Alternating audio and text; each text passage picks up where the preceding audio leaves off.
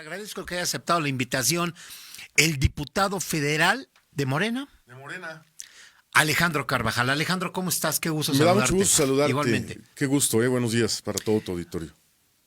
Temas importantes que se han venido presentando y bueno, yo quiero plantearte uno que me parece que ya lo había hecho la Cámara de Diputados y el día de ayer el Senado de la República lo confirma y ya nada más tocará ahora a los congresos locales validarlo.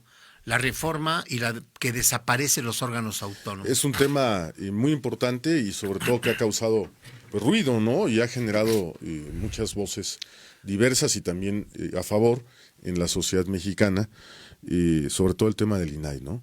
Podríamos hablar de varios organismos autónomos, por ejemplo, la Comisión Federal de Competencia Económica, que aunque en su esencia es un órgano pues estructurado, creo que no dio los resultados que debía de dar. Prácticamente no castigó a monopolios.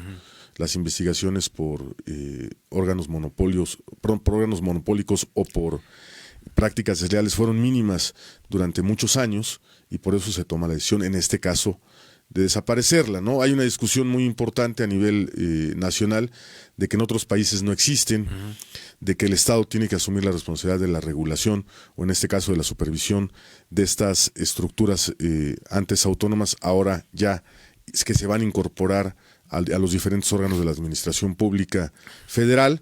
Pero dejan de ser autónomos. Dejan de ser autónomos, en este caso, y pasan a ser supervisados por los organismos propios del gobierno mexicano. Más bien se convierten en entidades de la burocracia oficial, ¿no? Sí, entidades que participan en la burocracia estatal. ¿Estás de acuerdo en esta desaparición, particularmente del INAI? Honestamente, en el INAI sí tengo serias dudas.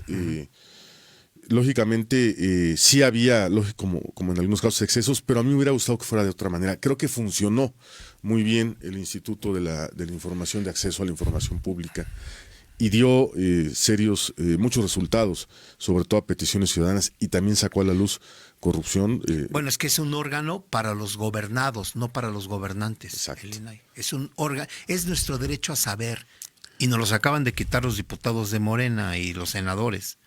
¿Votaste a favor? Sí, votamos. No, claro, votamos, no voy a engañarlos, ¿no? Pues ahí está el tablero. Votamos a favor de esa determinación. De negarle el derecho a saber a los ciudadanos. No, bueno, todas las autoridades municipales, estatales, federales tienen la obligación de tener una módulo de transparencia o un órgano de transparencia. Sí, pero ese es un órgano autónomo que se creó para los ciudadanos. Entonces, ahora va a depender de la Secretaría de Gobernación, ¿sí?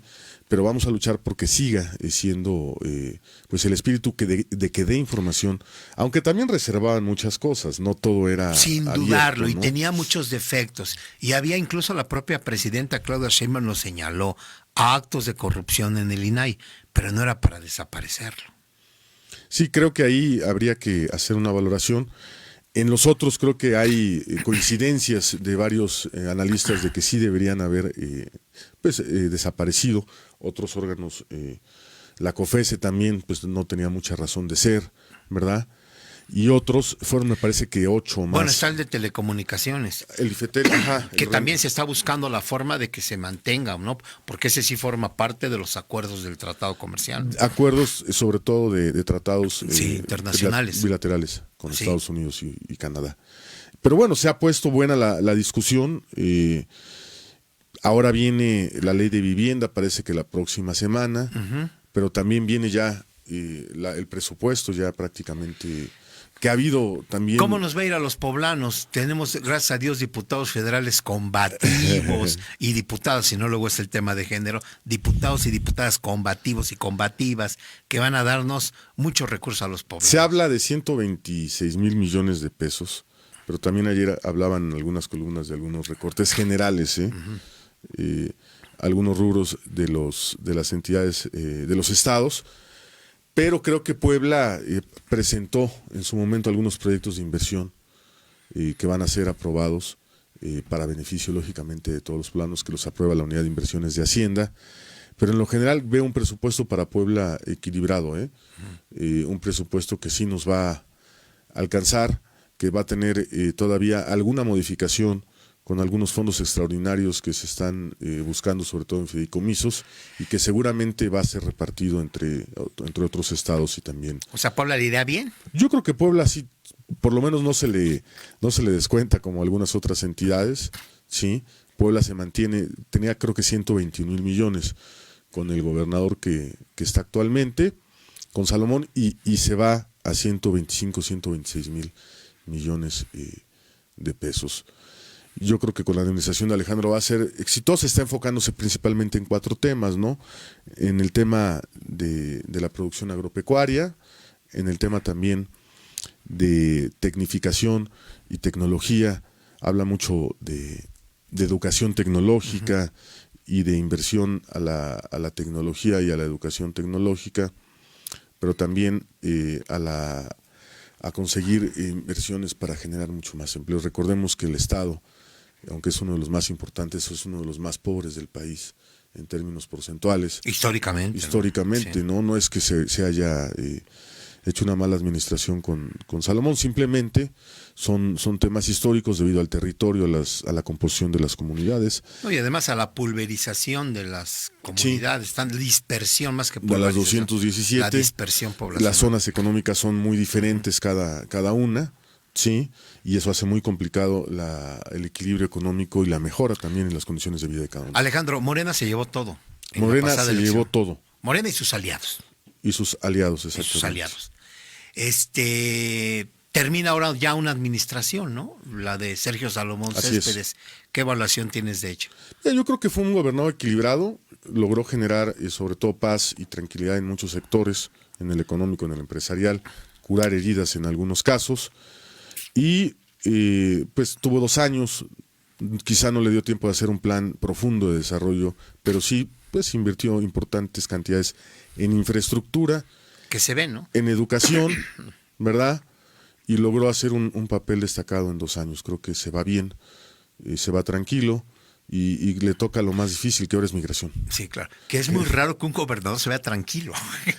Bueno, pues los últimos gobernadores o se nos caen de arriba o... Pues algo tiene Puebla, ¿no? Sí, que ha sido sí, complicada. Yo le deseo mucha suerte ahorita en su encargo en migración, pero también a Armenta todo el apoyo, porque vienen épocas complicadas, ¿no? El entorno internacional afecta y enrarece sobre todo la economía en México, que depende en un 60% de Estados Unidos, nuestras, sobre todo exportaciones, ¿sí? Bueno, y tener a Trump ahí en estado de ánimo, no hay antídoto. No, pues hay forma. el antídoto ha sido una buena negociación. Pero no la va a respetar, porque así es Trump. Marcelo llevó a cabo algunos acuerdos importantes. Pero ya ves después cómo se burlaba de Marcelo. ¿Te acuerdas? En campaña, ¿no? Es complicado ese hombre. Es un chico muy complicado, como dicen los norteamericanos, pero creo que dentro de lo malo nos va a ayudar a darnos cuenta que necesitamos reactivar nuestra economía, que necesitamos generar sistemas reales que ataquen la impunidad y la corrupción en nuestro país. Creo que uno de los grandes pendientes es indiscutiblemente la impunidad y la corrupción, pero también ligada con el tema de la inseguridad, ¿no? Sí, bueno, es un todo, ¿no? Se enlaza, y México desgraciadamente mantiene altos índices de impunidad dentro de todos los países del mundo, y eso genera que no lleguen inversiones, que se espanten la gente, que la economía no crezca. Si no hubiera este clima de inseguridad y de impunidad en México, yo creo que sería económicamente mucho más fuerte, ¿sí?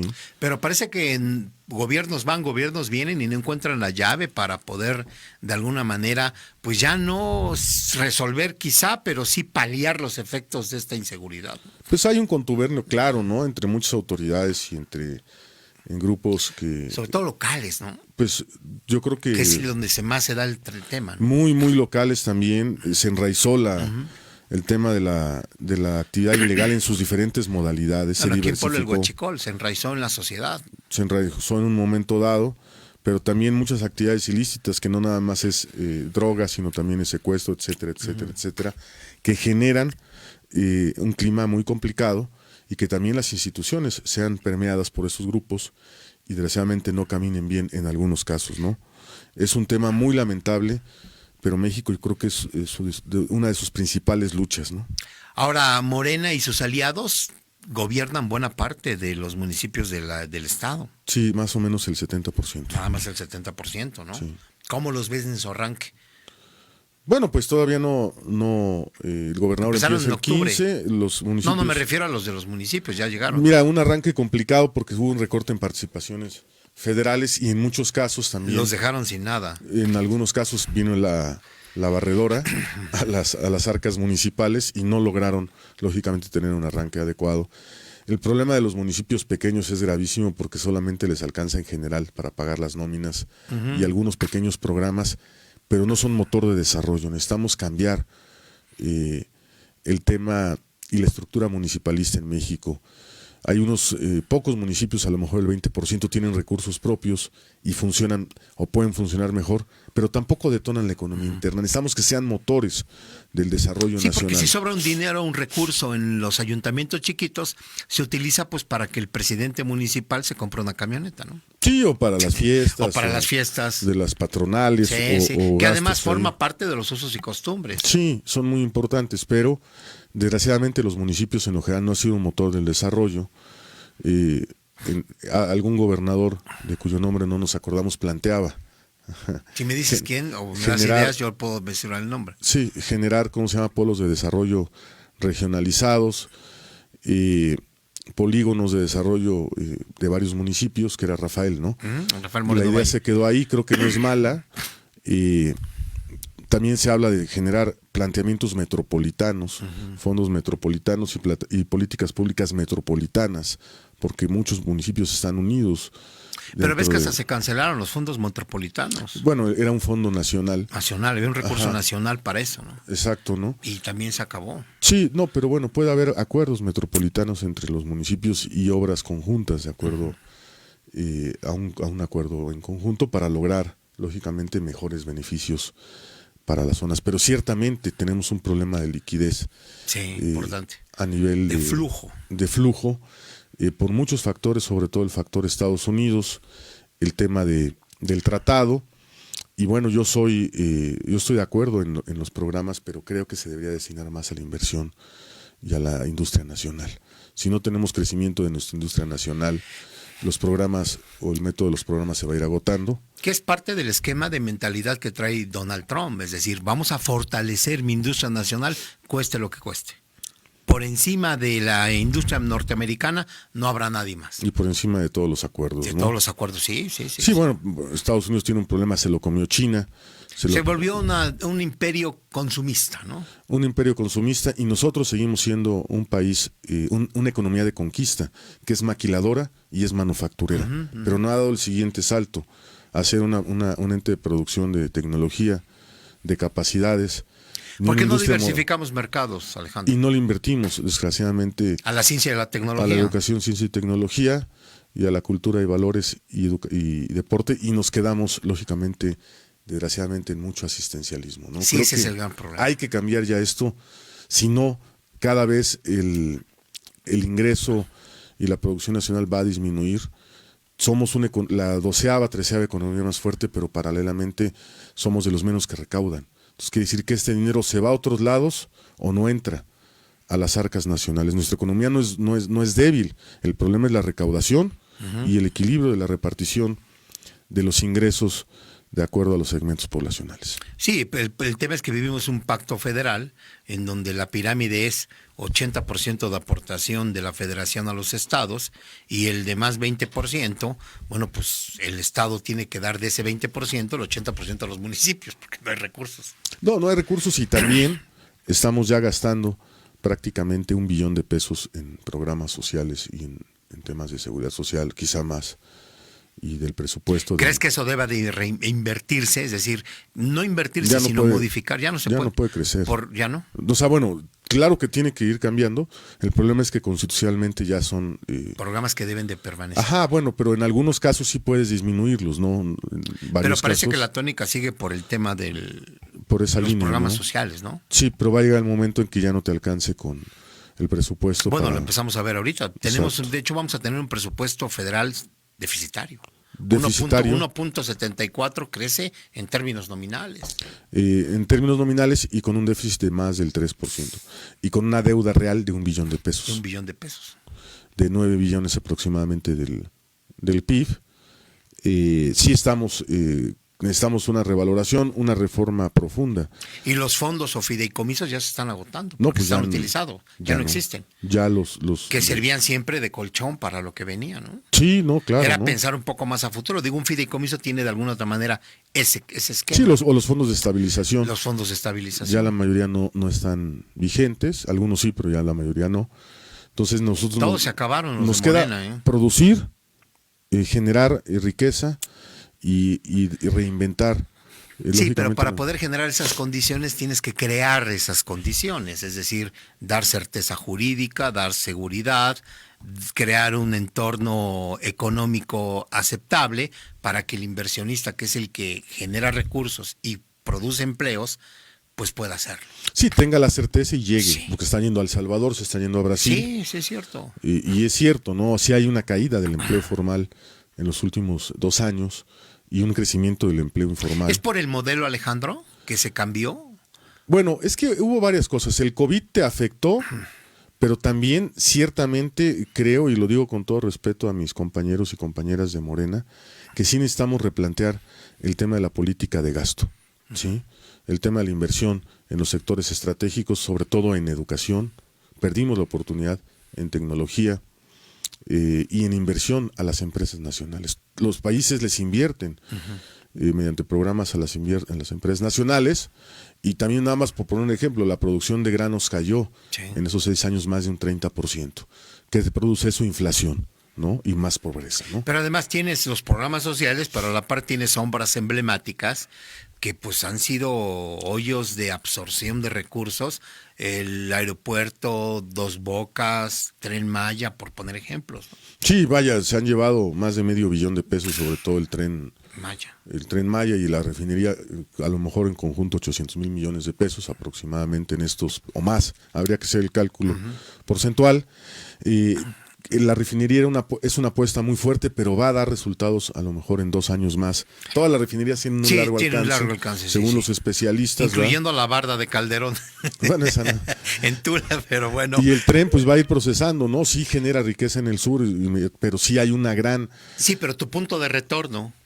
Dejaste descubierto muchos sectores de la economía. Era importante la apuesta de Andrés Manuel cuando llega de dar certeza y generar calma a través, podríamos decir, pacificar el país un poco a pero través no pudo, quedó rebasado. No, me refiero de los programas. Había ya una rebelión casi prácticamente con Peña, una revuelta interna de pobreza, generó un poquito de equilibrios en algunas zonas sin duda con los programas, pero tenemos que dar el siguiente paso. Por eso Claudia habla del segundo piso, que es la tecnología, la transformación. Pero llegó Trump. Nos llegó. Yo creo que, mira, nos va a funcionar esto para poder apurarnos a hacer nuestra chamba, ¿no? Ya no va a ser lo mismo.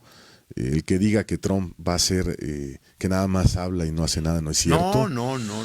Es un estado de ánimo permanente. Es como Morena, Estados Unidos, porque tiene todo el Congreso, todo el control de las instituciones. Sí, además, claro, logró la mayoría en las cámaras de representantes y de senadores. Es una fuerza impresionante. Entonces, esa fuerza la va a utilizar. Y sin duda es un tipo que toma decisiones, no necesariamente las mejores para nosotros. Pero toma decisiones. Pero toma decisiones y es frontal y resuelve o le gusta resolver los problemas rápido.